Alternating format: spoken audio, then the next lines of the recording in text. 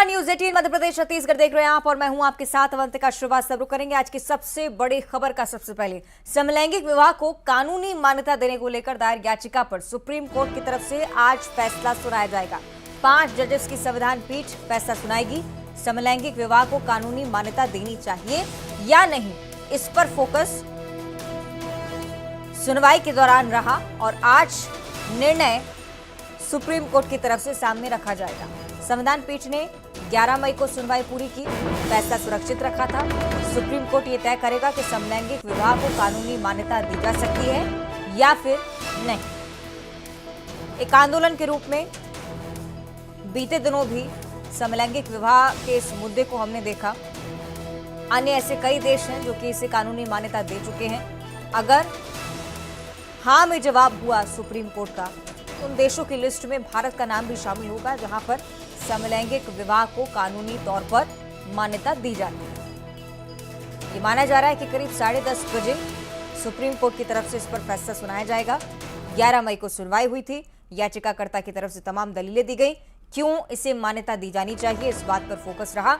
और आज supreme court की ओर हर देशवासी की नजर कि कोर्ट की तरफ से आखिर क्या कुछ कहा जाता है।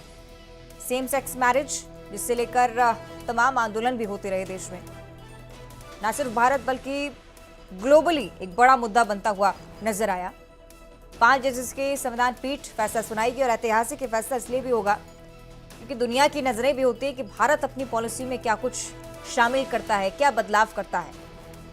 इसलिए आज के इस फैसले पर न सिर्फ देश बल्कि दुनिया की भी नजर। भारत का स्टैंड क्या है इसे लेकर, ये जानने की कोशिश। से पहले कि जब समलैंगिकता को क्रिमिनलाइज किया गया था और जब वो हटाया गया था तो आसमान नहीं टूट पड़ा? नहीं, जो लोग पहले दबे दबे से रह रहे थे वो खुल के रहने लगे। जिनके बच्चे दबे दबे से रह रहे थे उनके माता पिता को पता चला कि भाई ये कोई क्रिमिनल बात नहीं है, उन्होंने उनको एक्सेप्ट करना शुरू कर दिया। अगर ना भी आए तो हमें ये याद रखना है कि संघर्ष लंबा रहा है, संघर्ष लंबा रहेगा। और जो अधिकार हैं, जो हम जन्मसिद्ध अधिकार हैं, उनको जन्मसिद्ध अधिकार कहा जाता है, चाहे कोई उन अधिकारों को रिकॉग्नाइज करे या ना करे। तो ये याद रखना बहुत ज़रूरी है कि जो जन्मसिद्ध अधिकार हैं वो लोग नागरिक इस देश के वो लेकर चलते हैं। चलिए सीधे अब दिल्ली आपको लिए चलते हैं। सुशील पांडे हमारे सहयोगी लाइव जुड़ चुके हैं। सुशील, बहुत बड़ा दिन आज सुप्रीम कोर्ट पर, सभी की नजर इसलिए भी क्योंकि भारत का स्टैंड एलजीबीटी को लेकर क्या है, क्या पॉलिसी में बदलाव होते हैं, ये हर कोई जानना चाहता है। सुशील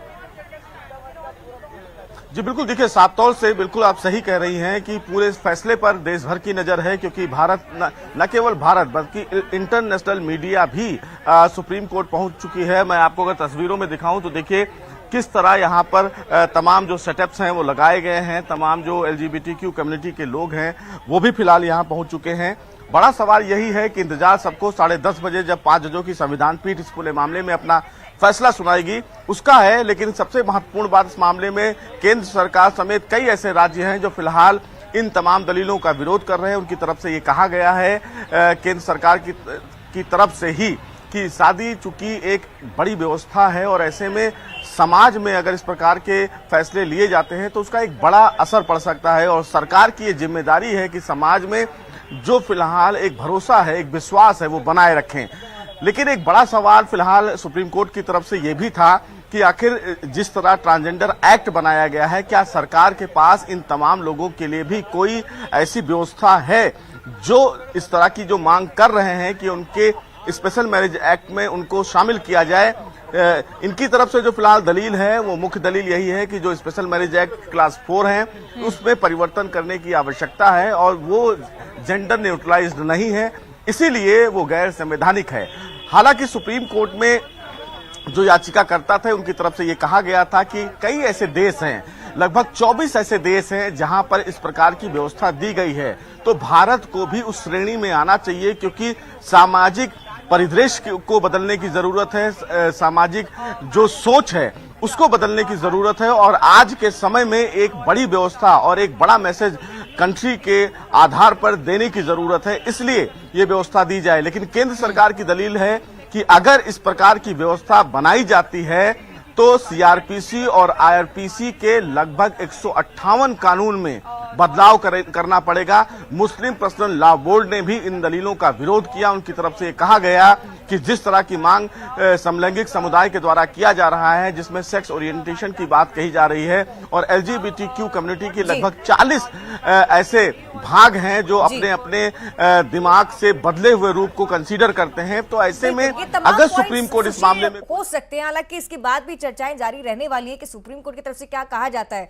बहुत शुक्रिया फिलहाल ये जानकारी साझा करने के लिए, लेकिन नजरें आप लगातार बनाए रखिएगा। सुप्रीम कोर्ट इस पर क्या कहता है, इस पर नजरें हम भी लगातार बनाए हुए हैं। आगे बढ़ते हुए चुनावी खबरों की ओर आपको लिए चलते हैं। दिल्ली में Madhya Pradesh BJP core group की आज एक बड़ी बैठक बुलाई गई है। जेपी नड्डा के आवास पर यह बैठक होनी है। बीजेपी के आला नेता शामिल हो रहे हैं और इसलिए माना जा रहा है कि अन्य नामों को लेकर मंथन की स्थिति इस बैठक में होगी और जल्द से जल्द नामों के ऐलान पर पार्टी का फोकस रहेगा। सीएम शिवराज सिंह चौहान, बीजेपी के प्रदेश अध्यक्ष बीडी शर्मा प्रदेश की बची सीटों पर मंथन करने के लिए आज दिल्ली में मौजूद रहने वाले हैं। बड़ी बात यह कि प्रदेश में भी कोर ग्रुप कमेटी की बैठक हुई, एक रिपोर्ट तैयार की गई है। जो 5वीं लिस्ट आनी है, इस पर फोकस इसलिए भी है, आपको यह भी बताएं कि तमाम विधायक कैसे हैं जिन्हें लेकर ऐसे आसार हैं कि उनके टिकट कट सकते हैं। इसी के चलते 5वीं लिस्ट पर मंथन काफी लंबा। तो बैठक आज होनी है और दिल्ली में तमाम वरिष्ठ नेताओं की मौजूदगी में बैठक होगी। कब तक होगी, समय क्या कुछ रहेगा, क्या कुछ बातें होनी है, इस पर हम विस्तार से जानकारी ले लेते हैं। सहयोगी अशरफ काजमी दिल्ली से हमारे साथ लाइव जुड़ चुके हैं। अशरफ, अभी तक क्या कुछ हलचल इस बैठक को लेकर?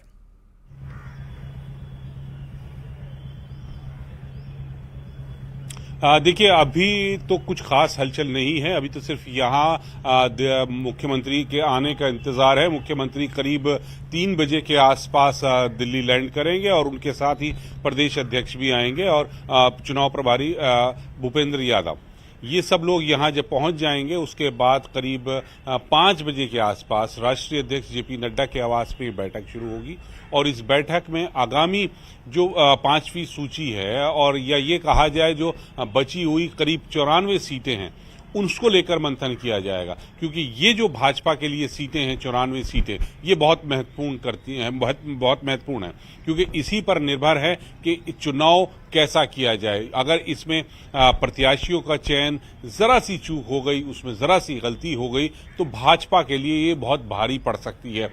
हो सकता है कि 2018 वाली स्थिति बन जाए। तो इसी से निपटने के लिए बीजेपी एक एक कदम फूंक फूंक कर रख रही है और कल इसी क्रम में पहले कोर ग्रुप की बैठक मुख्यमंत्री ने भोपाल में ली और अब उस बैठक में क्या क्या निर्णय लिए गए हैं, क्या फैसले किए गए हैं, उसकी पूरी जानकारी यहां पर राष्ट्रीय अध्यक्ष के सामने रखी जाएगी और उस बैठक में तय होगा कि 94 सीटों पर उम्मीदवार कौन हो, यानी कौन हमारा चेहरा होगा भाजपा का जो चुनाव मैदान में उतरेगा।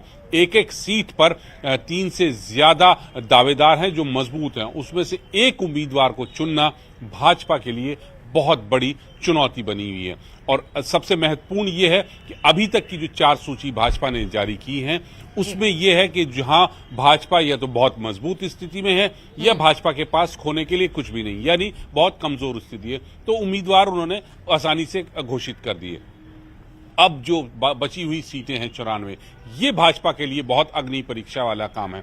तो यहां पर भाजपा को एक एक उम्मीदवार के बारे में कई दफा सोचने के बाद फैसला लेना पड़ेगा कि हम इसको चेहरे को चुनाव मैदान में उतारें या नहीं, क्योंकि कई स्थितियों पर पार्टी ने सर्वे भी कराया है, लोगों कार्यकर्ताओं से भी बात की है, तो उनकी क्या राय है, सर्वे क्या है और इनका जो उम्मीदवार हैं या दावेदार हैं उनका रिकॉर्ड कैसा है, क्योंकि सब चीजों पर चर्चा की जाए। क्योंकि अगर वो आपराधिक रिकॉर्ड होता है तो भी पार्टी के लिए, छवि के लिए खराब है। अगर वो सर्वे में नहीं आता तो उनको नाम पैनल से बाहर निकाल दिया जाएगा। जनता चाहती है लेकिन सर्वे में है तो भी भाजपा के लिए दिक्कत है। तो ये कई ऐसे सवाल हैं जिनका जवाब आज की बैठक में राष्ट्रीय नेतृत्व के सामने रखा जाएगा और वहां से तलाश किया जाएगा और उम्मीद की जाती है कि आज की बैठक रखने की जरूरत बीजेपी को इस बार। बहुत शुक्रिया फिलहाल जानकारी के लिए। बैठक को लेकर देखना होगा क्या कुछ अभी तक स्पष्ट होता है। आगे बढ़ते हुए बात कांग्रेस की कर लेते हैं। आज वचन पत्र जारी होने वाला है,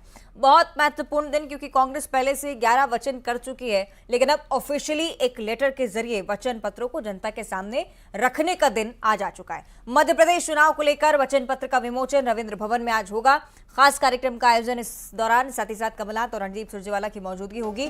वचन पत्र समिति के अध्यक्ष राजेंद्र सिंह मौजूद यहां पर रहने वाले हैं। तो कांग्रेस की तरफ से अनौपचारिक ढंग से 11 वादे तो किए जा चुके हैं, महिलाओं के लिए, युवाओं के लिए, किसानों के लिए, जनता के लिए खास तौर पर बहुत कुछ कांग्रेस पहले से ही कह चुकी है। लेकिन वचन पत्र में कौन कौन से पॉइंट्स शामिल होते हैं ये भी देखने वाला विषय। सहयोगी शैलेंद्र चौहान भोपाल से हमारे साथ लाइव जुड़ चुके हैं, उनका भी हम रुख कर लेते हैं। शैलेंद्र, वचन पत्र में कौन से बिंदु शामिल होंगे, ये आज बहुत महत्वपूर्ण सवाल है, क्योंकि कांग्रेस की तरफ से अनौपचारिक तौर पर तो पहले ही वादे हो चुके हैं। देखिए, बिल्कुल मध्य प्रदेश में सबसे बड़ा वोट बैंक महिलाओं का है, तो निश्चित ही कांग्रेस कुछ ना कुछ बड़ी सौगातों को देने का वादा करेगी महिलाओं को साथ लाने के लिए। तो महिलाओं को लेकर कुछ बड़ी योजनाएं आ सकती है। लाडली बहना योजना मध्य प्रदेश में चल ही रही है, इसको लेकर कांग्रेस पहले भी अपने 11 वचन पत्र में कर चुकी है ये बात कि हम इसको 1500 रुपए महीना करेंगे। तो निश्चित ही इसको लेकर आज कोई बड़ी घोषणा होगी कि हम वादा करेंगे कि ये वाला अगर वादा पूरा होता है तो अगर सरकार में आते हैं तो हम लाडली बहना योजना को कुछ नए तरीके से पेश करेंगे। इसके अलावा रोजगार को लेकर, युवाओं को लेकर सबसे बड़ा फोकस है कांग्रेस अगर सरकार में आती है। कांग्रेस करीब 4 लाख ऐसे बेरोजगार हैं जिनको रोजगार देने के लिए कोई बड़ी घोषणा कर सकती है, ये वादा कर सकती है कि हम अगर सत्ता में आएंगे तो युवाओं को बड़ी संख्या में रोजगार देंगे। एक युवा स्वाभिमान योजना को लेकर चर्चा है कि युवा स्वाभिमान योजना को लेकर कोई वादा किया जा सकता है कि हम इसको भी अगर पूरा करते हैं तो सरकार में आते हैं तो लाएंगे। तो कई अलग अलग मुद्दे हैं जिसमें सबसे प्रमुख युवा है, महिलाएं हैं, जो बच्चियां हैं, जो छात्र हैं, उनको लेकर कुछ घोषणाएं हो सकती है। अभी तक छात्राओं को स्कूटी देने तक की, लैपटॉप देने तक की घोषणा है। अब देखते हैं कि कांग्रेस किस तरह का उसमें कोई नए वादे को जोड़ सकती है। और इसके अलावा कई ऐसे महत्वपूर्ण मुद्दे हैं, जैसे कि आप किसानों को लेकर कहा जाए तो पिछले चुनाव में जब कांग्रेस सरकार में आई थी तो कर्ज माफी एक बड़ा मुद्दा रहा था, और राहुल गांधी ने जब ऐलान किया था कि हम कर्ज माफी करेंगे तो उसके बाद कांग्रेस सत्ता में आ गई थी। तो निश्चित ही किसानों के लिए आज कुछ ना कुछ बड़ा एक वादा होगा, तो वो किसानों को कांग्रेस अपने साथ लाना चाहेगी। तो मध्य प्रदेश में किसान, युवा, महिला, ये 3 बड़ा फैक्टर है, इन तीनों को साधने की पूरी कवायद है। तो कुछ ही देर में साफ हो जाएगा कि कांग्रेस अपने जो 11 वादे हैं, जो वचन पत्र के जिनको लेकर बार बार कहती रही है, अब उसमें और नया क्या लाती है। क्योंकि निश्चित ही हम ये भी मान के चल रहे हैं कि कोई एक मास्टर स्ट्रोक जैसी कोई एक योजना भी जरूर शामिल होगी। क्योंकि बीच में जब ये बात आई थी कि कांग्रेस जब अपने वादे पहले ही बता चुकी थी तो भाजपा सरकार ने कई मुद्दों को खुद इंप्लीमेंट कर दिया और उनको लागू भी कर दिया। तो आज कुछ ऐसी नई चौंकाने वाली 1-2 योजना आ सकती है जो कि मध्य प्रदेश में कांग्रेस जिसको वादा करके और बड़ा वोट बैंक अपने साथ लाने की कवायद शामिल करने की जरूरत इसलिए भी क्योंकि बड़ा आधार होता है जिसके बेसिस पे जनता आपसे सवाल भी पूछती है। बहुत शुक्रिया फिलहाल इस पूरी जानकारी के लिए। तो एक तरफ वचन पत्र आज जारी हो सकता है, साथ ही साथ दूसरी महत्वपूर्ण खबर ये कि कांग्रेस की दूसरी लिस्ट को लेकर भी आज अटकलें देखी जा रही हैं। आज दूसरी लिस्ट कांग्रेस की तरफ से जारी किए जाने की पूरी संभावना है, क्योंकि दिल्ली में कांग्रेस की आज एक बड़ी बैठक है। बाकी की सीटों पर मंथन होना है। सीएम भूपेश बघेल आज मौजूद रहेंगे, टीएस सिंहदेव मौजूद रहेंगे। न सिर्फ मध्य प्रदेश बल्कि छत्तीसगढ़ को लेकर कांग्रेस पूरी तरह से सक्रिय नजर आती हुई।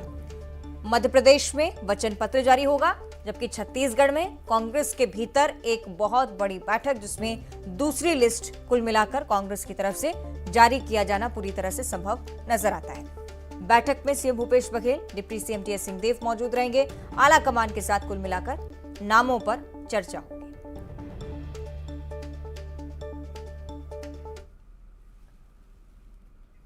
और मध्य प्रदेश में भी चुनाव अपने पूरे रंग पर है। नेताओं के द्वारा एक दूसरे पर जमकर टिप्पणियां भी की जा रही हैं। इसी कड़ी में जबलपुर में नरसिंहपुर विधानसभा के प्रत्याशी प्रहलाद पटेल ने कमलनाथ को आड़े हाथों लिया है। कहा है कि कमलनाथ को चुनौती दी है, वो अपने क्षेत्र से बाहर निकलकर दूसरे क्षेत्र से चुनाव लड़कर दिखाएं। आगे प्रहलाद पटेल ने कहा कि कमलनाथ बीजेपी की सूची को अलोकतांत्रिक बता रहे हैं, जबकि कमलनाथ ने खुद कहा था कि प्रत्याशियों की सूची 6 महीने पहले जारी करेंगे। कांग्रेस को पता था कि सूची जारी करते ही कार्यकर्ताओं में भगदड़ मच जाएगी। मैं उनको चुनौती दे सकता हूं। वो अपने घर से बाहर कहीं लड़के जीत का बता देता हूं, हम जाने आ जाए मेरे खिलाफ। भाई मैंने तो लड़ लिया, ये मेरे कार्यकर्ता मेरी पार्टी की ताकत थी। जहां मेरा कोई रिश्तेदार नहीं, बाकी मेरा कोई आधार नहीं, लेकिन मैं जीता हूं वहां से। जरा बालाघाट की इसकी सीट से कोई कांग्रेस नेता जाके लड़ ले तो हम तैयार हैं, दम हो जाए। हमने तो छिंदवाड़ा जाके लड़ लिया, तो उनको तो कहने का अधिकार नहीं है। उनको जैसा उन्होंने पानी पिया है, कमलनाथ जी को आज भी याद है, तो मुझे लगता है वो तो हिम्मत नहीं कर पाएंगे मुझे पलायन वाला करने में। आगे बढ़ते हैं। मुरैना से अगली बड़ी खबर है, जहां स्कूटी की डिक्की में रखे पटाखे फट गए हैं। स्कूटी सवार दोनों व्यक्ति गंभीर रूप से घायल हो चुके हैं। एक सावधान कर देने वाली है पूरी घटना। स्कूटी भी पूरी तरह से क्षतिग्रस्त हुई है। दिवाली का सीजन, इस दौरान अगर आप इस तरह की लापरवाही कर रहे हो तो पूरी तरह से सतर्क हो जाइए। इस खबर को सुनिए, इन तस्वीरों को देखिए। स्कूटी बुरी तरह से क्षतिग्रस्त हो गई है। घायलों को जिला अस्पताल रेफर करना पड़ा है। अंबाला थाना क्षेत्र के संजय नगर की घटना है। सूरज और चंदू नाम के युवक थे, स्कूटी पर सवार थे। दिवाली के लिए जो पटाखे खरीदे थे उसे डिग्गी में रखकर घर ले जा रहे थे। अचानक ही पटाखे फट गए और यह हादसा।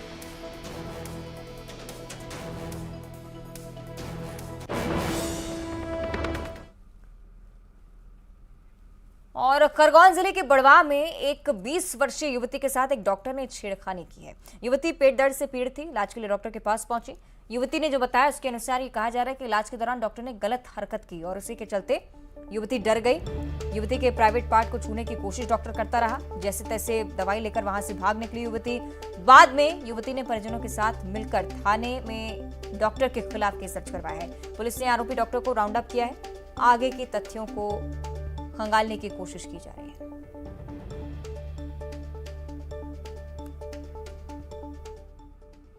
एक 20 वर्षीय व्यक्ति द्वारा शिकायत की गई है। लोधी मोहल्ला स्थित अंसार कुरैशी नामक एक डॉक्टर है, जो काटपुट में आयुर्वेदिक चिकित्सालय अधिकारी है।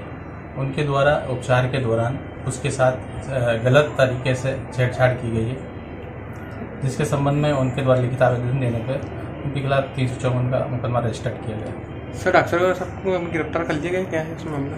हाँ, डॉक्टर इस संबंध में आरोपी को राउंड अप कर लिया गया है। और अगली खबर बुरहानपुर से। जिला निर्वाचन विभाग द्वारा सीके ग्रीन में नवरात्रि गरबा उत्सव का आयोजन किया गया है। कलेक्टर भव्या मित्तल ने मतदाता जागरूकता पर आधारित गरबा सॉन्ग को रिलीज किया। इसे सभी दुर्गा पंडाल में बजाया जाएगा। प्रशासन का मानना है कि इस गाने के माध्यम से नए युवक और युवतियों को मतदान के लिए जागरूक किया जा सकेगा।